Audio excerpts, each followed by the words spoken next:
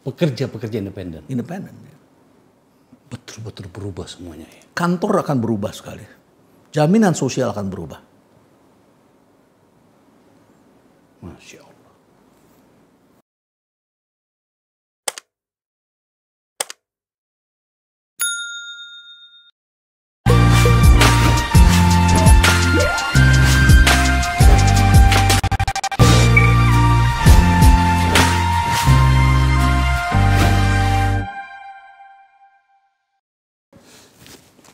Saya hari ini mau membuat pengakuan dosa.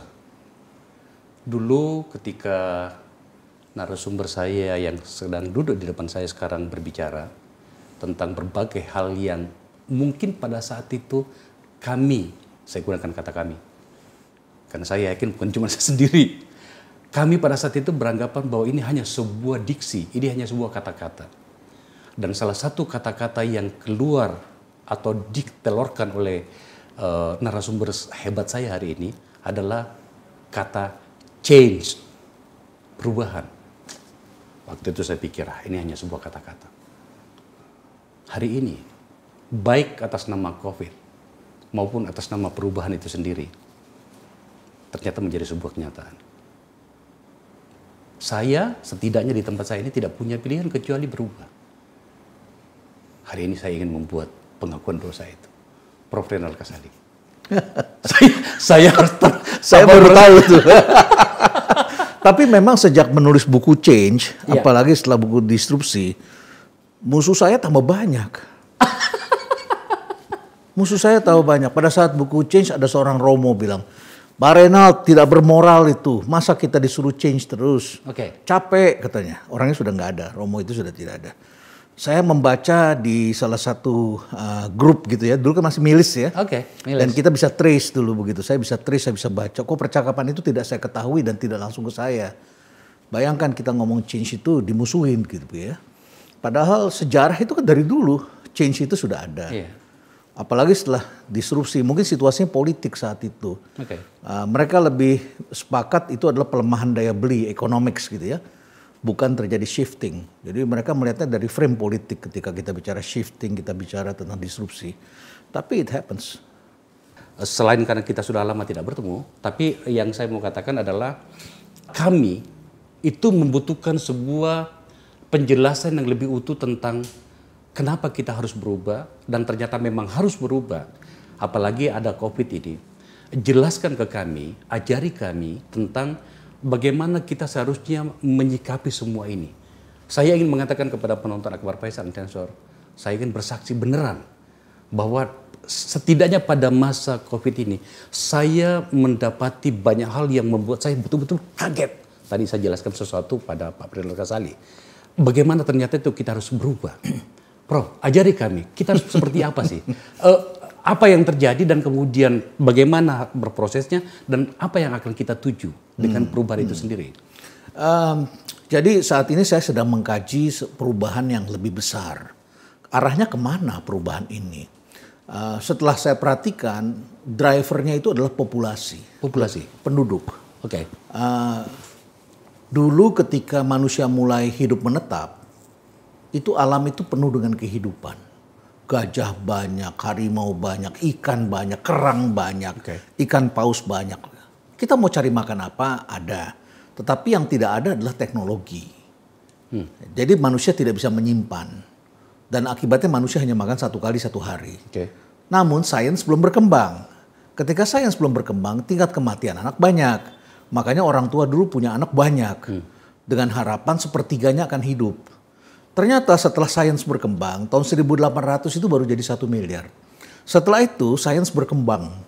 Mulai kan Galileo meneliti cincin Saturnus dan sebagainya. Kendaraan mulai dibuat. Nah pada saat itu manusia mulai menciptakan dunia buatan sebetulnya. Dan manusia mulai dominan di muka bumi ini, sains berkembang, tingkat kematian anak berkurang, jumlah anak yang hidup banyak. Maka terjadilah population boom. Dan akhirnya kemudian perang. Ketika orang satu bangsa anaknya banyak, orang yang perang. Setelah itu manusia mulai hidup dalam teknologi buatan, pewarna buatan, gula buatan, pemanis buatan. Setelah itu tadinya kendaraannya kan kuda. sekarang menjadi kuda buatan, horsepower. Oke. Setelah itu kemudian bisa punya kulkas, berarti bisa makan 2 kali, 3 kali dan sebagainya. Dan akhirnya dari tingkat kelahiran anak banyak, lama-lama yang mati itu bukan karena kelaparan tapi mati kekenyangan. Karena makanannya berselera. Setelah itu orang mulai hidup dalam abad kecepatan. Oke. Ini kan perubahan semua nih, kecepatan. Setelah itu manusia mulai escape setelah dunia buatannya selesai semua nih. Kantor buatan, market buatan. Kan ini ekonomi buatan sekarang nih.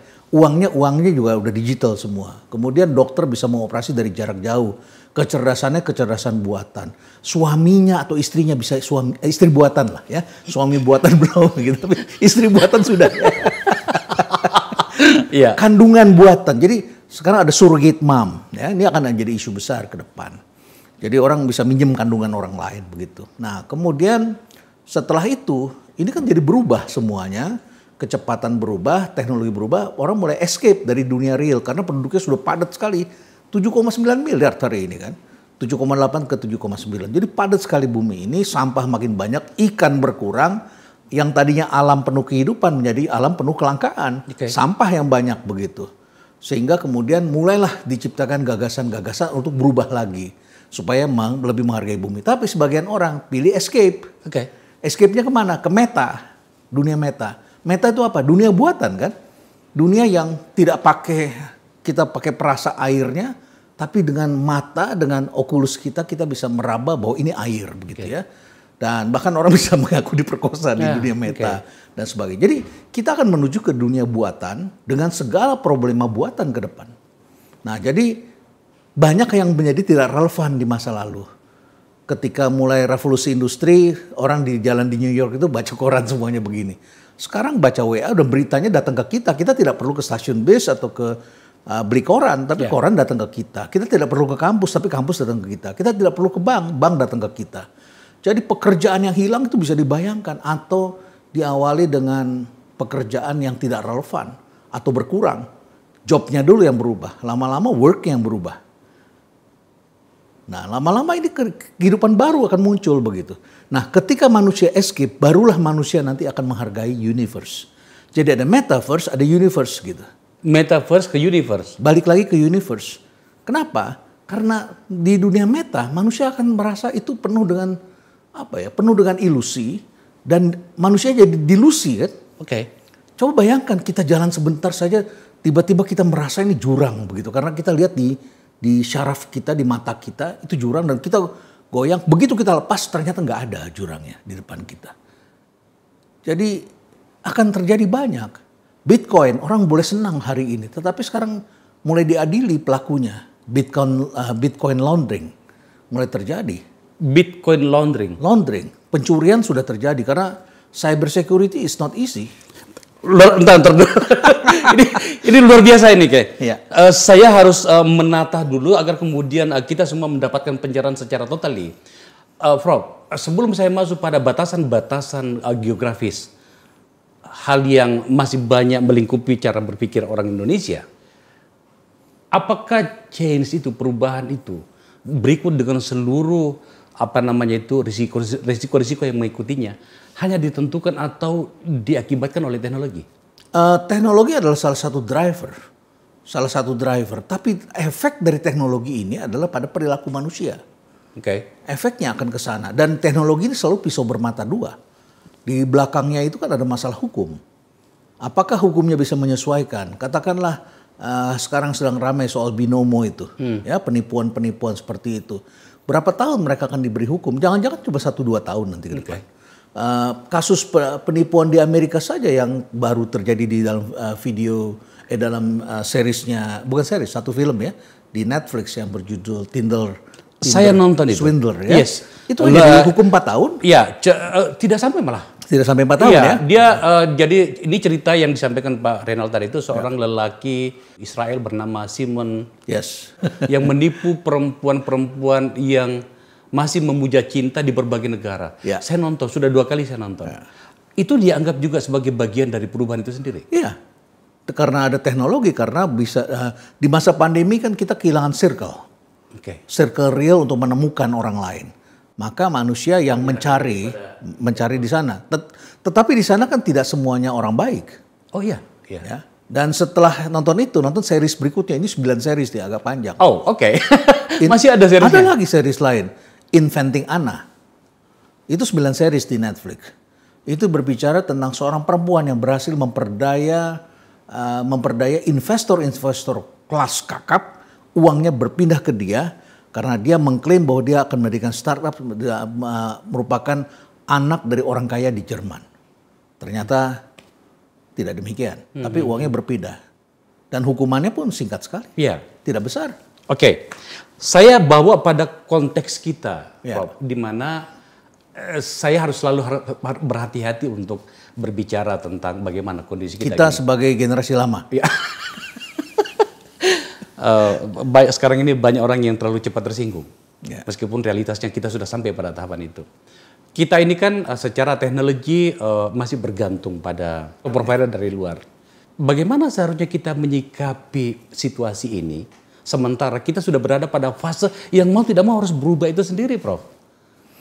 Ini memang satu dilema kalau China memutuskan untuk tutup dari sana dan bikin sendiri. Weibo dia bikin apa ya? Tapi setelah mereka terlalu besar, itu pun diberi sanksi dan dibatasi oleh pemerintah Tiongkok. Oke. Sekarang dibatasi sekali mereka, dan mereka dipaksa untuk menyalurkan mata uangnya China Yuan, Yuan digital. Jadi bukan lagi kriptonya milik mata uangnya si Alipay dan sebagainya, Ant Financial atau si siapa satu lagi itu Tencent gitu ya, WeChat dan sebagainya. Tapi mereka ingin pemerintah ini masuk policy-nya di dalam mereka. Jadi mereka bikin sendiri, mereka perang teknologi dengan Barat. Ya, karena marketnya sangat besar. India juga mulai membuat ke sana, tapi India lebih menerima. Orang-orangnya orang kami, orang India, teknologinya pakai teknologi Anda.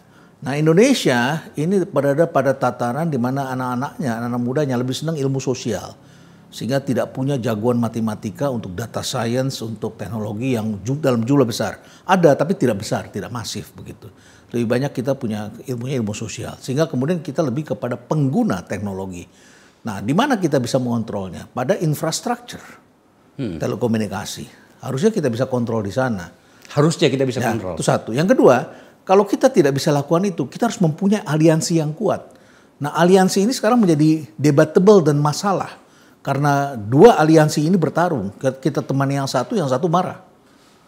Yang satu aliansinya adalah ke Tiongkok atau satu lagi ke Amerika dengan sekutu-sekutunya. Kita mau ambil yang mana?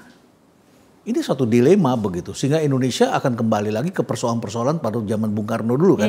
Yang disebut non-blok itu. Iya. Bagaimana kita memegang peranan? Yang jelas regulator kita tidak boleh jadul. Kalau regulator kita jadul, selalu akan ketinggalan, korban datang baru dilarang. Korban datang baru dilarang. Atau sesuatu yang sebetulnya itu menciptakan kesejahteraan, kita anggap itu bahaya bagi kita. Saya agak terganggu apa yang Pak Renal barusan katakan ini. Karena gini, kebetulan ketika saya masih di DPR, terlibat pada revisi Undang-Undang KUHP. Produk hukum kita di situ. Meskipun belum ditetapkan.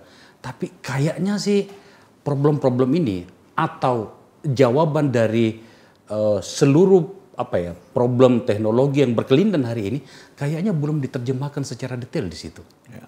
Saya agak khawatir jadinya kalau seperti ini. Memang kalau kita lihat apa yang terjadi di berbagai negara yang mengadopsi teknologi, itu harus terus diciptakan hal baru. Hal baru harus terus dibikin, gantikan bikin. Harus cepat itu menyesuaikan dirinya. Kadang-kadang kita membuat undang-undang yang terperangkap dengan teknis. Misalnya undang-undang lalu lintas disebutkan pada waktu melarang Gojek itu disebutkan bahwa kendaraan yang di luar trayek, maksudnya kan semacam taksi atau ojek itu ya, harus dilengkapi dengan argometer. Ada tertera kata argometer. Argometer adalah produk teknis yang barangkali akan hilang begitu. Karena manusia prioritasnya bukan lagi pada jarak tapi pada waktu.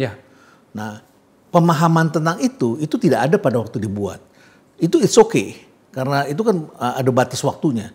Tapi ketika mulai muncul yang baru, itu harusnya ada gagasan inisiatif untuk membuat lagi yang baru atau semacam di amandemen atau dilengkapi dengan diajukan pasal baru dan lain sebagainya. Jadi adaptasi seperti itu menurut saya harus cepat dilakukan. Kalau tidak kita hidup dalam dunia baru dengan peraturan lama.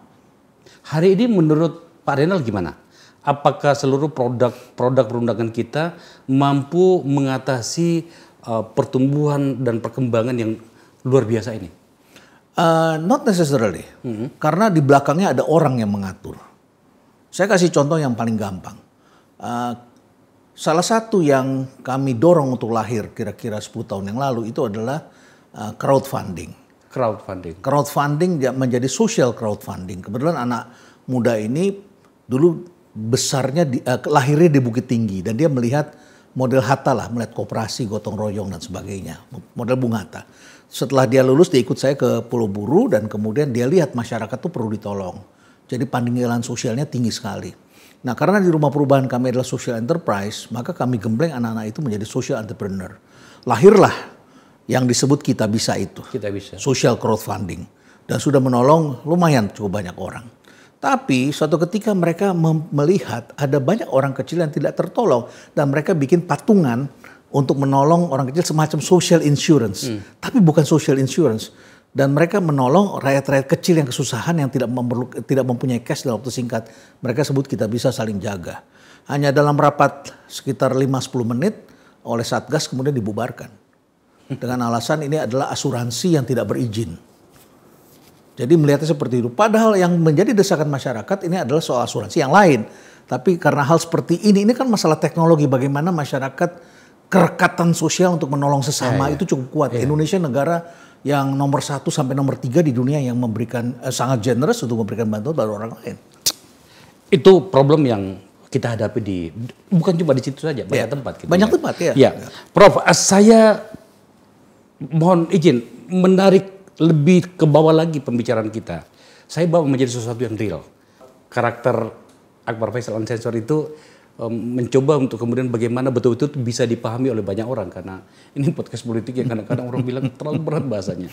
Gini, Bro. Ya. Realitasnya pandemi ini yang sudah berlangsung sejak kalau di Indonesia kita mulai terasa tracingnya itu kan mulai dari Maret 2020 ya. Iya, sampai hari ini. Ya. Ada pengistilahan gelombang ketiga. Ya. Pengalaman saya dan saya yakin juga Prof. Renal Kasali dan banyak orang secara ekonomi, kita bicara tentang ekonomi. Secara ekonomi banyak orang yang jatuh ke titik dasar. Betul. Oke. Pada saat yang bersamaan teknologi ternyata berjalan seperti yang seharusnya. Dia berjalan seakan-akan tanpa terpengaruh oleh pandemi ini sendiri. Dan bergeraknya kayak virus eksponensial. Itu dia. Naik ke atas begitu. Betul. Nah, pada satu sisi realitas ekonomi itu jatuh. Ya.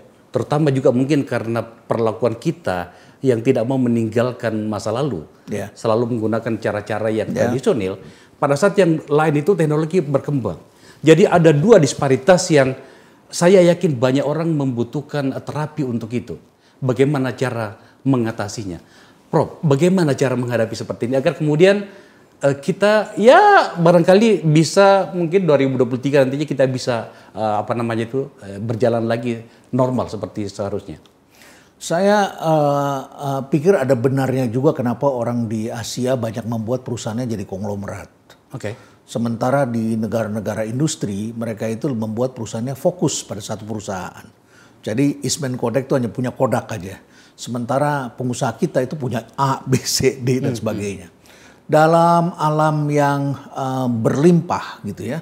Sementara uncertainty-nya cukup tinggi dari segi regulasi dan kecepatan mengadopsi untuk aturan karena kita bukan pengembang teknologi. Maka pengusaha itu dilarang untuk menaruh telur di satu keranjang.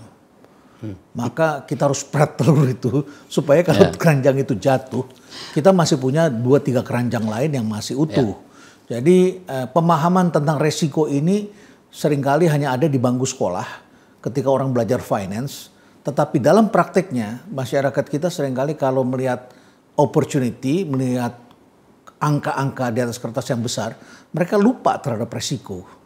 Spreading risk itu adalah sesuatu yang wajar harus kita lakukan. Jadi apapun yang kita lakukan, jangan habiskan uang kita di satu bidang, sebarkan resiko, jangan terlalu asik, jangan terlalu bahagia pada satu bidang begitu. Dan selalu penerjun yang hebat tidak akan pernah terjun payung tanpa payung cadangan. So we have to have another payung cadangan. Kalau nggak punya payung cadangan, saya kira kita akan repot. Nah, itu yang seringkali dilakukan oleh orang-orang kita.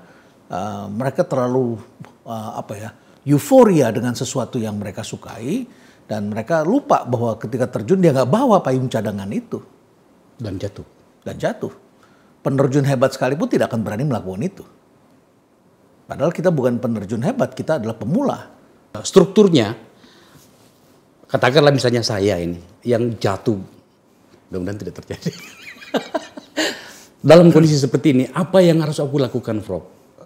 Di tengah apa yang saya jelaskan tadi, teknologi berlangsung. Contoh ya, anak-anak kita ya, anak saya itu sudah di rumah itu sudah hampir 2 tahun. Saya sejujurnya tidak tahu apakah dia maju atau dia mundur.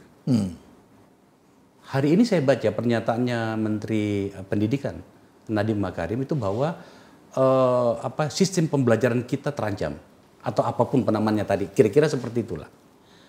Bagaimana kemudian cara yang harus kami lakukan, saya lakukan pada kasus anak saya tadi itu agar kemudian saya bisa memastikan saya tidak bergerak ke belakang? Kabar positifnya adalah ini tidak terjadi hanya pada anaknya Pak Akbar Faisal, tapi terjadi pada semua anak di seluruh dunia mengalami hal yang sama. Akan menjadi ancaman dan menjadi masalah kalau kita mundur orang lain maju. That's problem.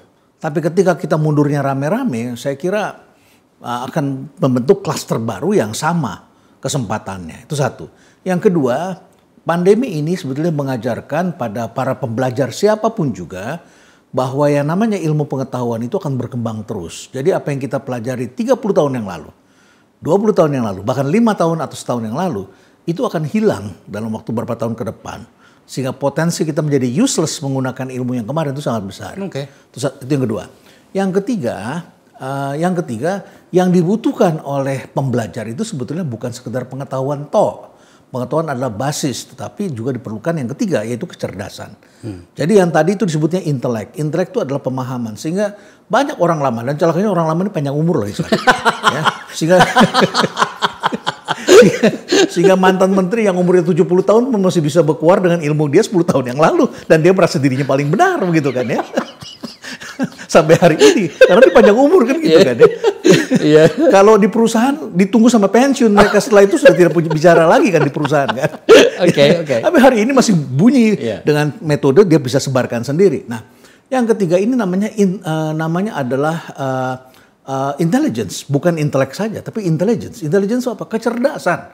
Kita perlu kecerdasan baru atau sebetulnya sudah ada kalau kita dilatih dari taman kanak-kanak, namanya kecerdasan eksploratif. Jadi anak-anak kita walaupun sekolahnya S2 bagus, S3 bagus, mereka harus punya kemampuan eksploratif. Karena yang ada akan hilang dan dia harus eksplor yang baru begitu. Kayak Bang Akbar lah di sini. Ya, setelah jadi politisi kan eksplor lagi. Saya mesti belajar apa lagi? Bikin podcast ini kan hasil eksplorasi kan. Kalau Bang Akbar di sini berhenti, selesai juga. Kita boleh punya uang banyak kita 10 juta yang lalu, hari ini kan nothing. Begitu kan? Kebutuhan kita lebih besar, kita harus beli laptop, beli telekomunikasi. It's a big amount. Jadi kita harus invest, dan invest itu adalah dari eksplorasi kita yang baru. Nah, punyakah anak-anak ini kecerdasan mengeksplorasi? Kecerdasan untuk update menggunakan teknologi? Kecerdasan untuk menguji kebenaran? Kan kita sekarang tinggal dalam abad hoax, abad segala sesuatu dimanipulasi begitu ya. Nah, punyakah orang itu kemampuan memvalidasi dan memverifikasi suatu kebenaran? Itu kecerdasan itu harusnya yang ada pada manusia ke depan. Jadi ilmunya, inteleknya bisa hilang, pengetahuannya bisa hilang. Tapi kalau dia eksplor, dia akan ketemukan karena semuanya ada di sini hari ini. Semua ada di sini. Jadi tidak perlu dikhawatirkan kalau dia punya itu. Tapi kalau dia tidak punya itu, ditambah lagi risikonya tadi dia taruh di satu keranjang dan dia tidak eksplor lagi, selesai. Dari sudut pandang seorang Prof. Reynald Kasali yang sudah kita amini punya kemampuan nujum untuk melihat masa depan. Ya baru belajar lah. Saya mengaku itu, Prof. Saya tidak sedang memuji, tapi saya mengenal Prof. Reynald jauh tentang itu.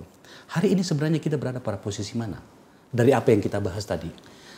di satu sisi kita adalah bangsa yang saya tidak akan gunakan kata tanggung, tetapi sedang belajar meskipun tertati-tati. Pada sisi yang lain, teknologi melompat begitu jauh. Di negeri kita sendiri, di dalam masyarakat kita ada banyak tentakel-tentakel yang kadang-kadang menarik kita dari yang sedang menuju ke masa depan. Hari ini kita berada pada posisi mana sebenarnya? Posisi kita terbelah dua. Jadi disrupsi itu membelah dua, manusia masa lalu dengan manusia yang masa depan yang dibawa ke hari ini. Terbelah dua. Dan orang-orang lama tetap asik dengan pikirannya. Jargon-jargon yang diucapkan tetap sama. Oligarki, kemiskinan, jargonnya tetap sama. Sementara yang ini tidak peduli, mereka pedulinya dengan BST, pedulinya dengan investasi, dengan melihat ke depan. Kalau di sini kan lihatnya aset. Di sini lihatnya adalah valuasi. Dan valuasi di sini adalah intangibles, di sini melihatnya tangibles.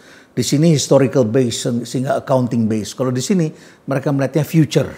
Ya, future itu ke depan akan menjadi seperti apa. Mereka asik dengan BST, Korea, drama Korea segala macam.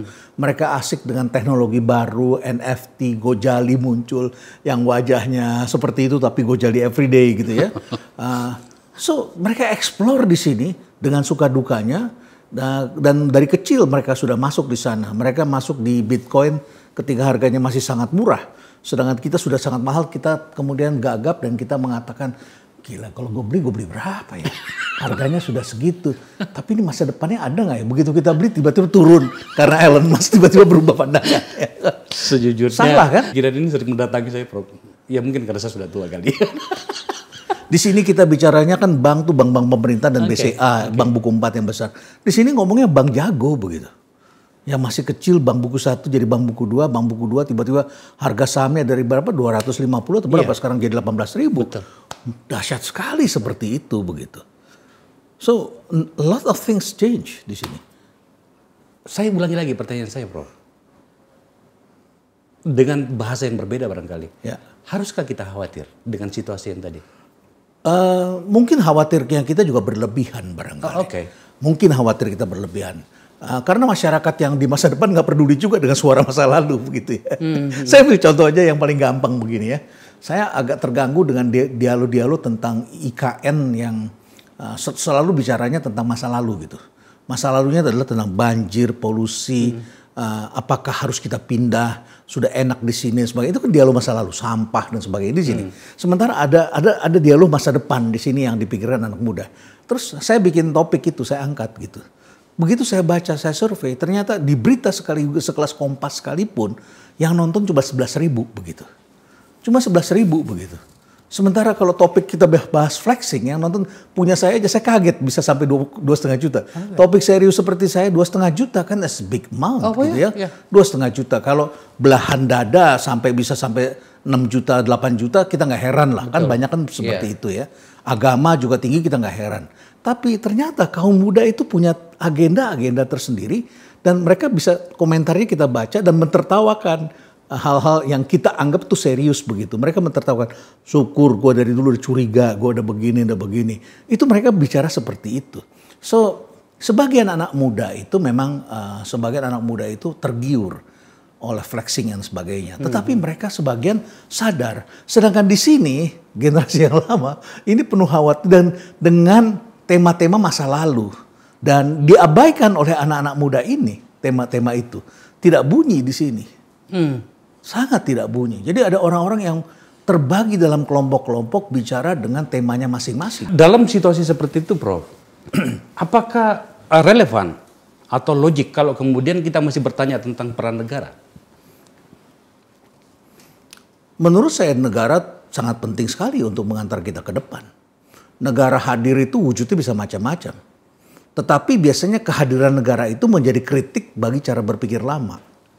Lah itu dia. Saya mau lanjutkan pernyataan saya. Bisa juga dianggap sebagai pertanyaan. Lawang yang mengelola negara itu yang tadi yang tak mampu memahami perubahan itu sendiri, tak mampu memahami masa depan. Terus gimana coba? Ya mereka harus belajar, harus beradaptasi dan harus menerima. Harus menerima kehadiran cara-cara berpikir baru dan mengkaji. Even orang baru pun kadang-kadang terperangkap dengan membawa jargon-jargon lama. ketika mereka sudah masuk ke dalam sistem struktur dan aturan-aturan yang baku. Jadi memang kita memerlukan cara berpikir yang datang dari luar. Selama kita berada di dalam, seringkali kita tidak mampu membaca itu. Tetapi kita yang berada di luar itu punya kebebasan yang tidak terikat dengan struktur, tidak terikat dengan ketakutan-ketakutan, tapi kita bisa mengajukan opini-opini kita. Masalahnya adalah mereka mau mengadopsi ini apa enggak? Dalam kenyataannya? Hanya sebagian mereka mengadopsi. Saya lihat Pak Renal sendiri agak ragu dengan jawaban soal itu ya. Oh, Pak, di seluruh dunia itu terjadi. Lihat apa yang terjadi dengan Donald Trump ketika dia memimpin. Apakah kemudian Joe Biden mengadopsinya dengan serta-merta? Ternyata tidak langsung begitu. Okay. Mereka ternyata sekarang muncul katanya Joe Biden demensia dan lain sebagainya, begitu kan? Padahal dia harapan alternatif. Sedangkan apa yang terjadi dengan Donald Trump, dia menggunakan politik itu untuk white supremacy, seperti itu. Dan agenda-agenda baru kemudian terabaikan. Sementara pemerintah China itu segera melejit maju ke depan. Tapi apakah kita bisa melakukan seperti itu? Mereka bisa karena mereka negara yang lebih otoriter. Sedangkan kita hidup dalam mix ekonomi, mix reality. Saya tidak mau bertanya sebenarnya soal ini, Prof. Tapi saya harus bertanya ternyata. Meskipun kadang-kadang tidak menyenangkan. Tadi terjebak pada dua kekuatan, dua blok atau apapun pengistilahan kita. Amerika dengan seluruh teman-temannya dan China. Ya. Dalam hal ini saya berbicara tentang teknologi yang dilala ternyata menjadi motor utama dari bagaimana perubahan itu terjadi. Ya. Kita ini sebenarnya berada pada frame mana? Frame Amerika dan teman-temannya atau frame China? Anda bisa pada salah satu. Pada waktu saya menjadi komite Telkom, saya itu diundang pergi ke salah satu perusahaan teknologi di Tiongkok. Pulang dari Tiongkok, saya mendapatkan nota dari salah seorang senior saya yang pernah menjadi duta besar di salah satu negara yang besar. Dan mereka bilang, Pak Renald, hati-hati nanti masuk dalam radarnya Trump. Karena pihak di China itu kemudian membuat publikasi tentang kunjungan saya. Besoknya langsung saya bilang sama kawan-kawan saya, kita minggu depan kunjungan ke Amerika. Karena kita memerlukan dua teknologi itu. Ketergantungan kita pada salah satu akan sangat berbahaya terhadap masa depan kita. Apa yang membahayakannya? Lawang dia berbicara teknologi kok dia tidak berbicara tentang bagaimana penguatan power dari kekuasaan politik yang berkelindan di balik teknologi itu? Teknologi ini kan di belakangnya ada control system, ada data, ada dunia digital yang mudah dimatikan. Perangnya itu semua ada di situ. Jadi kalau kita menggunakan salah satu dan kita bertikai yang ini tidak suka, begitu mudah ini dimatikan teknologi di negara kita. Sama seperti salah satu negara, saya lupa namanya apa, negara kecil itu di Eropa yang kemudian menjadi dianggapnya servisnya semua serba digital, bagus sekali. Estonia. Apa yang terjadi ketika ribut, dia ngomong, presidennya ngomong satu hal aja tentang Rusia, dimatiin sama Rusia, listrik mati, semua mati, celaka. Kita baru berpikir itu Estonia yang kecil. Jerman, apa yang terjadi? Ketika datanya di jam, kemudian dihack begitu ya, pasien yang mau dikirim tidak bisa dikirim dan mati karena datanya berubah begitu. Itu rumah sakit di Jerman. Rakyatnya bisa dengan cepat dibunuh hanya dengan berubah data. Jadi kalau kita tidak waspada terhadap salah satu pemasok teknologi ini, tidak netral, apa yang terjadi begitu? Menakutkan sekali. Ya antara menakutkan dan tidak menakutkan. Ketika belanja kan harus ada filosofinya, tapi kan harus ada security-nya, harus ada geopolitiknya. Betul. Pemimpin harus punya kelengkapan-kelengkapan itu. Tapi kan menjadi sangat naif kalau kemudian saya bertanya dan saya mengatakan atau berharap atau kita berharap kita kan bisa menjadi sebuah kekuatan juga untuk itu. Saya kayaknya kan naif ya. Perlu jalan panjang untuk membangun itu.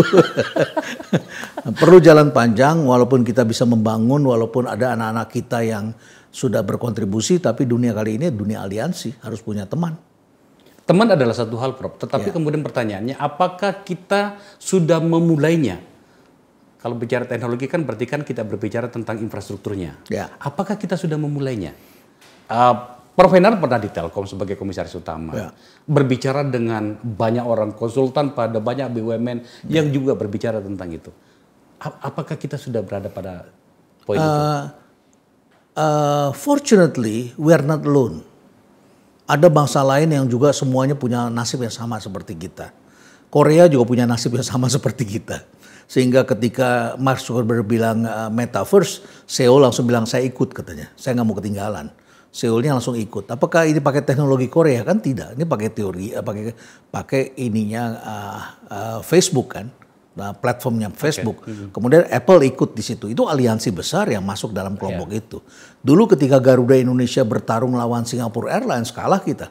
Tapi setelah Garuda kemudian masuk dalam SkyTeam agak lebih baik begitu. Kita punya posisi yang lebih kuat. Karena kita punya kawan juga kalau kita dikerjain oleh yang lain. Kita punya aliansi juga kekuatan. Singapura punya aliansi. Thailand punya aliansi. Malaysia punya aliansi. Kita dengan siapa? Nah, kita punya kekuatan-kekuatan yang tentu harus dimanfaatkan. Fortunately pula kita belakangan ini tumbuh ekonominya. Dengan segala kesulitannya begitu ya, kita juga lumayan lah begitu ya. Daya saing kita juga relatif membaik sedikit-sedikit begitu. Dan banyak bangsa yang mulai melirik untuk bekerja sama dengan Indonesia. Nah, kita tentu tantangan ke depannya harus membangun fondasi yang kuat dalam riset dan teknologi. Sudah masuk tahun 2 tahun lebih pandemi. Katakanlah misalnya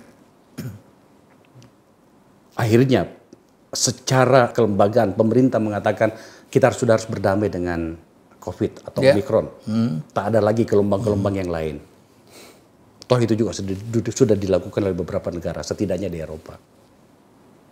Hal pertama yang harus kita lakukan sebagai sebuah bangsa dalam konteks bagaimana berubah dengan menjadikan peristiwa COVID yang luar biasa ini sebagai salah satu faktor utama untuk bagaimana menata masa depan melalui perubahan yang sedang kita rancang itu, kita mulai dari mana, Prof? Pada tahun 1940-an itu ada seorang ilmuwan yang memberikan satu gagasan yang sangat brilian. Namanya Rosenstein Roden. Ya. Seorang ekonom yang brilian dan kemudian baru tahun 2017-an itu diadopsi teorinya dia. Itu dinamakan Big Push. Nah, teorinya menarik. Saya buka ke belakang ke tahun 40-an itu. Dia mengatakan suatu bangsa tidak bisa melakukan dengan kecil-kecilan. So, kalau kita bikin kecil-kecil tuh kan hilang. Sama juga Bang Akbar misalnya invest di sini kecil-kecilan, hilang begitu. Jadi mendingan sekaligus saja begitu. Sebar resiko, tapi why don't you create something big begitu. Ya, sehingga kemudian tuh bisa menghasilkan suatu di sini big, tapi disebar resikonya begitu ya. Nah, dia mengatakan begitu dan dia memberi contoh tentang pesawat yang akan terbang. Kalau pesawat mau terbang itu dia memerlukan ancang-ancang. Di landas pacu itu dia perlu dulu pelan-pelan sampai kemudian kecepatannya mencapai tertentu dan naik ke atas. Nah, persoalannya adalah dalam pandemi ini membuat bangsa-bangsa jadi takut, kecut untuk melakukan big push. Bangsa-bangsa ini didorong oleh rakyatnya, oleh para elitnya untuk melakukan helikopter money. Helikopter money. Jadi kita disuruh diam di rumah, uangnya dibagikan begitu, diam di rumah. Itu kan tidak produktif. Betul. Nah, ini kecil-kecil, berapa sih 300.000 sebulan begitu ya kan? Kan tidak menghasilkan apa-apa. Atau kita mau bikin pemerataan bagi di Morotai sekian, di Biak sekian, nggak jadi apa-apa juga begitu.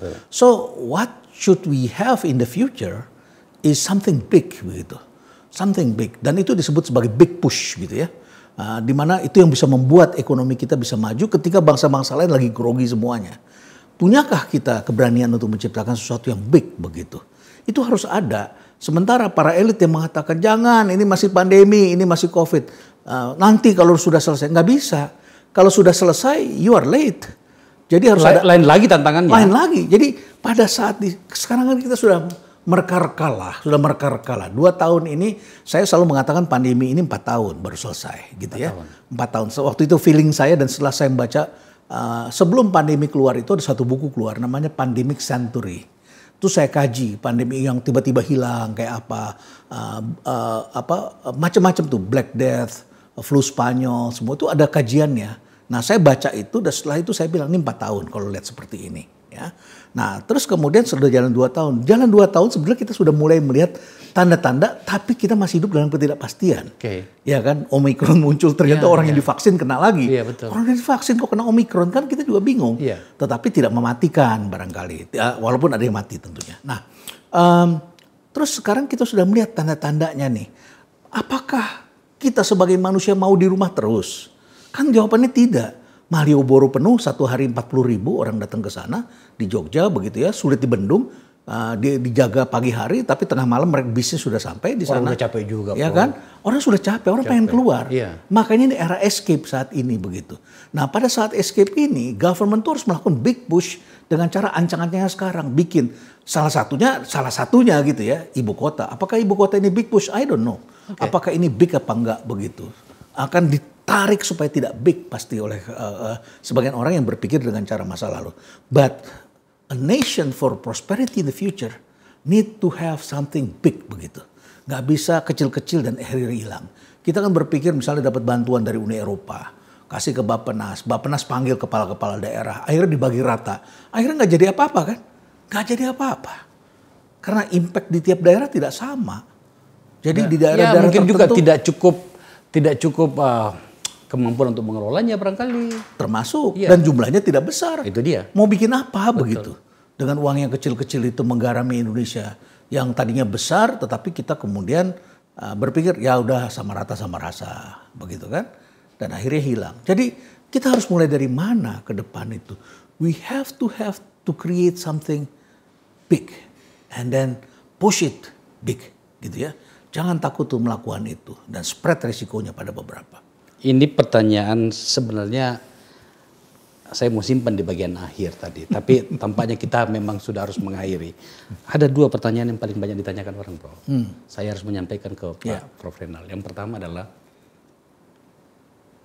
mudah-mudahan saja tidak 4 tahun ya. Aku jadi ngeri sendiri tadi dengan 4 tahun. Ini udah 2 tahun udah capek bener kita ya. Tapi seandainya ternyata ini memang sudah harus berakhir. Pertanyaan pertama, dengan teknologi yang luar biasa tadi, tetapi dengan perilaku kita yang kadang-kadang masih menghambat masa depan itu sendiri, bisnis apa yang paling pas dalam karakter masyarakat kita, karakter bisnis masyarakat kita, mungkin termasuk BUMN. Yang kedua, ini yang paling banyak ditanyakan orang, pekerjaan apa yang paling cocok dengan situasi ini? Sudah pasti kalau berbisnis kita harus menunggangi gelombang. Dan alangkah baiknya kita memulainya sebelum dia naik ke atas. Jadi kita berenangnya di atas gelombang. Jadi gelombang naik kita sudah di atasnya. Apa itu? Pasti kesehatan. Kesehatan. Karena di seluruh dunia prioritas manusia saat ini adalah kesehatan. Mulai dari masker yang tadinya produksi tekstil, street tekstil dan sebagainya, sekarang jadi produksi APD dan sebagainya. APD, masker, you name it lah, kesehatan, vitamin, kemudian cara-cara penyembuhan baru ya, itu akan pasti kesehatan itu menjadi penting sekali. Jadi jangan biarkan market kita diisi oleh produk asing, karena kalau kita terlambat ya sudah asing yang menari-nari di sini ya. Jadi yang something related dengan kesehatan. Yang kedua, something related dengan cara-cara baru. Ini adalah era adu pinter saat ini, era adu pinter. Terjadi revolusi supply dan revolusi demand bukan? Akhirnya adu pinter. Kedai kopi ini sekarang adu pinter mereka. Yang satu konsepnya begini, yang satu konsepnya begini. Katakanlah dulu orang buka restoran, buka cabang. Sekarang yang dibuka bukan restoran, yang dibuka adalah kitchen, dapurnya saja. Kirimnya sudah lewat menggunakan variabel, bukan lagi fix, yaitu pakai Grab atau Gojek dan sebagainya. Kemudian adu pinter kepemilikan. Saya tiba-tiba ditawari oleh salah seorang anak muda, bagus sekali saya tanya gimana caranya mereka bisa jadi restorannya penuh rame. Dia buka di Jakarta, terus saya ditawarin sebagai salah satu shareholder. Jumlahnya nggak besar. Terus saya tanya kenapa lu minta sama gua? Saya bilang. Ya, terus dia bilang apa? Begini Pak, saya bank banyak yang tawarin. Mereka kelebihan likuiditas nawarin ke saya. Tapi kalau saya dapat kredit dari bank, customer saya nggak banyak. Kalau Pak Renald salah satu pemegang saham, dia 7 kasih, saya 7% gitu. Punya saham hanya 7%. Dia bilang begini, kalau Pak Renald ketemu sama Bang Akbar, pasti dia akan bilang, Bang Akbar, makan yuk di restoran gue. Gitu. Jadi tapi kan saya nggak hanya ngomong sama Bang Akbar, saya ngomong sama yang lain. Jadi restoran itu jadi rame karena network gitu loh. Itu yang saya maksud sekarang orang adu pintar gitu, adu konsep, adu pintar, ya. Kemudian yang berikutnya lagi yang penting juga adalah segala sesuatu yang sifatnya outdoor dan teknologi. Outdoor and technology. Outdoor dan teknologi. Misalnya sekarang orang pernikahan yang orang cari apa? Weddingnya outdoor. Kemudian cari tempat wisata apa yang terjadi? Outdoor. Pergi deh ke Cemoro Sewu, Karanganyar situ. Saya dari Solo kan, dari sini kan dekat kan naik mobil gitu. Terus saya pengen cari tempat yang sejuk, naik ke atas tuh ke Karanganyar, ke Gunung Lawu gitu ya. Awal pandemi itu cuma ada satu warung yang terbuka dan lampu kuning di tengah-tengah kabut. Asik banget gitu kita. Cuman satu. Hari ini saya ke sana, hampir semua warung di sana berubah jadi kafe dan kafenya punya ruangan di atas terbuka. Dan itu kita dari mobil tergoda bener tuh anak-anak muda di atas lagi ngopi, lagi ngobrol, semua ruang terbuka outdoor. So sekarang orang ingin cari tempat yang outdoor. Dan outdoor itu harus dilengkapi dengan teknologi. Yaitu bisa terhubung karena di samping itu mereka ingin menghubungkan keluarganya dengan sahabatnya dan lain sebagainya, bisa kerja di situ. Jadi segala sesuatu yang outdoor dan berdasarkan teknologi, tapi kita adu pinter saat ini. Tentu adu pinter tidak terbatas tadi saya sebutkan ya. Jadi pariwisata pasti akan kembali, tetapi pariwisata yang sifatnya adalah lokal, terjangkau dengan kendaraan darat. Di mana itu adalah kesempatan orang untuk melakukan escape. Bukan untuk pergian lama, tapi adalah escape. Kalau kita pergi ke Bali, kita perlu waktu cukup lama perjalanan, satu. Dan yang kedua, kalau sudah mahal naik pesawat ke sana, masa kita cuma pergi besoknya pulang. Ya, tapi kalau ke Bandung kan nggak apa-apa. Ya kan, murah kan? Kayaknya saya harus ajak Pak Prof. Redal ini ke Rumah Lembah ini. Rumah kan? Lembah. 1 jam dari Jakarta. That's my dream. That's my dream. That is a place for escape. Kan? Iya, betul. Nggak sangka kan orang Jakarta sekarang punya tempat escape. Betul. Seperti tempat-tempat seperti itu yang menjadi idaman. Betul. Pekerjaan ini tetap akan dibutuhkan, tapi akan muncul pekerjaan-pekerjaan baru yang tidak pernah kita duga. Dari Meta itu akan lahir turunan-turunan banyak pekerjaan dan pekerjaan independen. Pekerjaan independen sudah dimulai dengan yang dilakukan oleh para ahli hukum dan psikolog. Psikolog itu rata-rata kalau kita cari mau nggak kerja di perusahaan saya untuk di bagian SDM, rata-rata nggak mau. Mereka jadi tukang asongan dari satu perusahaan ke perusahaan yang lain melakukan testing, pengukuran, ya, mereka memberikan coaching dan sebagainya. Konsultan begitu? Konsultan yang independen dari satu tempat ke tempat. Timnya seperti orang bikin iklan lah. Ntar ketemu lagi dengan tim yang lain di sini. Begitu, jadi seperti amuba begitu ya, pindah-pindah dengan orang yang berbeda dan sebagainya. Dan sekarang ini akan melebar tidak hanya pada psikolog, tapi juga para ahli hukum sudah mulai seperti itu. Para dokter sudah mulai begitu, bahkan mereka mulai ada pelayanan ke rumah, datang ke rumah. Ya, datang ke rumah 2-3 jam melayani satu pasien, tapi ada timnya. Nanti minggu depan timnya beda lagi dengan dokter yang lain lagi, tapi ini pembelajar yang terus eksplor teknologi baru begitu. Saya punya salah satu dokter yang tadi waktu saya kena radang usus gitu ya, saya ketemukan dan mereka lah yang mengajarkan pada saya buang semua obat yang dikasih oleh para dokter. Mereka bilang seperti itu. Karena obatnya jadi banyak sekali, karena saya juga lagi kena di belakang, saraf kejepit saya lagi kena begitu. Nah mereka lihat obat-obatan itu, kemudian mereka tawarkan datang ke rumah dan wah menarik sih servisnya seperti itu. Dan mereka akan keluar dari klinik-klinik dan itu. Nah jadi kelompok-kelompok profesi yang bekerja seperti ini akan lebih eksis ke depan. Tidak lagi pada satu institusi yang besar yang selama ini kita kenal. NASA aja begitu sekarang. NASA punya 300 orang PhD yang bekerja. Tapi lama sekali menghasilkan algoritma untuk mengukur gelombang matahari dari bumi ke sini sampainya kapan. Akhirnya dikumpulkanlah, dibikin pengumuman. Di situ ada ilmuwan Indonesia yang mendaftar. India, orang Tokyo, orang Korea, orang Singapura, orang Eropa, orang Rusia ngumpul di situ dalam satu pipeline-nya. Dan mereka membuat hanya dalam waktu hitungan bulan sudah selesai. Jadi pekerja-pekerja independen. Pekerja-pekerja independen? Independen. Betul-betul berubah semuanya ya? Kantor akan berubah sekali. Jaminan sosial akan berubah. Masya Allah. Pernikahan saja berubah. Pacaran berubah. Melahirkan berubah. Seperti apa wajah manusia 50 tahun ke depan, Prof? Agak perlu kita waspadai itu.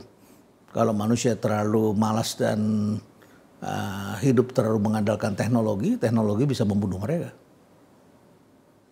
Ada kawan yang mencoba menarik dari beberapa science fiction. Ada yang mengatakan satu ketika robot akan mempunyai awareness, robot bisa melahirkan robot, manusia akan bentuk wajahnya akan berubah, kepalanya lebih besar dari badannya karena dilayani semua oleh teknologi. Jadi kalau manusia tidak sadar dan tidak membangun universe yang tadi saya katakan, akan muncul cara-cara baru yang bisa membelenggu sebagian manusia. Dan sekarang sebagian manusia sudah keasikan di sana. Terakhir, Prof.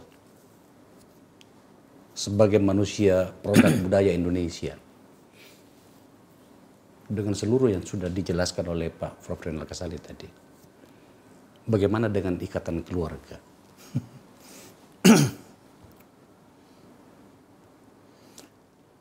Sekitar 20 tahun yang lalu, ada jargon yang disebut sharing resources, sharing ekonomi. Jadi yang penting itu bukan punya aset tetapi punya akses. Keluarga tengah menghadapi ancaman. Karena sekarang semua pasangan itu sedang menghadapi serangan-serangan yang tidak terlihat. Lawan-lawan menjadi tak terlihat. Upaya menembus family itu dilakukan dengan pendekatan yang tidak kelihatan. Yaitu pendekatan akses melalui sosial media, teknologi dan sebagainya. Tentu kesadaran untuk membangun nilai-nilai dalam rumah tangga itu akan sangat menentukan. Okay. Nah, seperti apa wajah keluarga? Di barat sudah terjadi industrialisasi mengakibatkan angka divorce sangat tinggi. Sangat tinggi. Di atas 50%, Swedia 70% angka divorce-nya. Jadi perekatan keluarga itu harus didasarkan pada hubungan yang benar-benar harmonis dan didasarkan oleh kasih sayang yang benar-benar hakiki. Nah, apakah ini akan mengancam kehidupan keluarga 100%? Saya kok agak ragu. Mungkin itu akan terbagi menurut bell curve begitu ya, kurva bell begitu ya. Selalu alam itu terbagi dua begitu. Di sini ada yang positif, ada yang negatif. Dan di sini ada 1,9 dan 0,1% yang ekstrim, berada di pola-pola baru yang sangat ekstrim, ekstrim kiri dan kanan. Tapi mayoritas akan berada di tengah-tengah. Akan berada di tengah-tengah dengan hubungan yang tradisional, hubungan kedekatan tertentu, tetapi mereka juga sebagian rapuh di sini karena family-nya bisa begitu cepat berubah sebagian ini. Jadi akan terbagi dua keluarga-keluarga seperti itu. Luar biasa. Sambil mendengarkan ini, memori saya, imajinasi saya berputar kemana-mana. Tentu saya tidak ingin mengajak semuanya ini sebagai dunia yang pesimis. Ya. Karena begitu kita jalani ternyata semua ada solusi kok. Ini hebatnya manusia. Jadi ada ancaman-ancaman, ada hal-hal yang menakutkan. Tapi at the end of the day, human being adalah makhluk yang selalu mencari solusi. Itu hakikat kita. Dan menjadi manusia itu menjadi penting sekali. Prof. Renal, makasih. Makasih, Bang Akbar. Luar biasa. Pemirsa, tidak berubah ternyata. Prof. Renal Kasali masih selalu membuat saya terpana. Kali ini terpananya 3 kali lipat karena menjelaskan sesuatu yang sebenarnya kita lihat. Saya lihat, Anda lihat, kita lihat. Silahkan dicerna. Ada banyak pelajaran tadi, ada banyak tantangan tadi.